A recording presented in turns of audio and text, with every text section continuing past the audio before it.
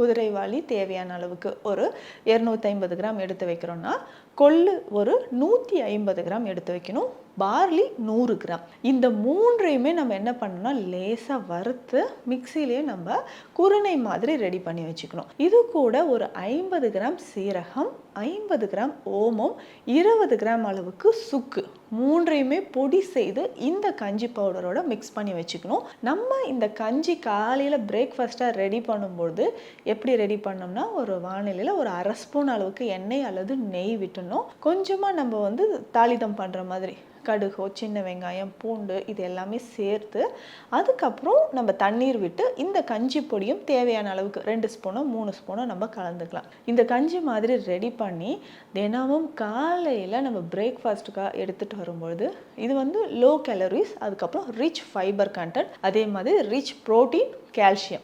So இது எல்லா சத்துக்களும் நிறைந்திருக்கக்கூடிய ஒரு உணவு அப்படின்னு சொல்லலாம். வெயிட் லாஸ் பண்ணுறதுக்கு ரொம்ப ரொம்ப ஹெல்ப்ஃபுல்லாக இருக்கும்.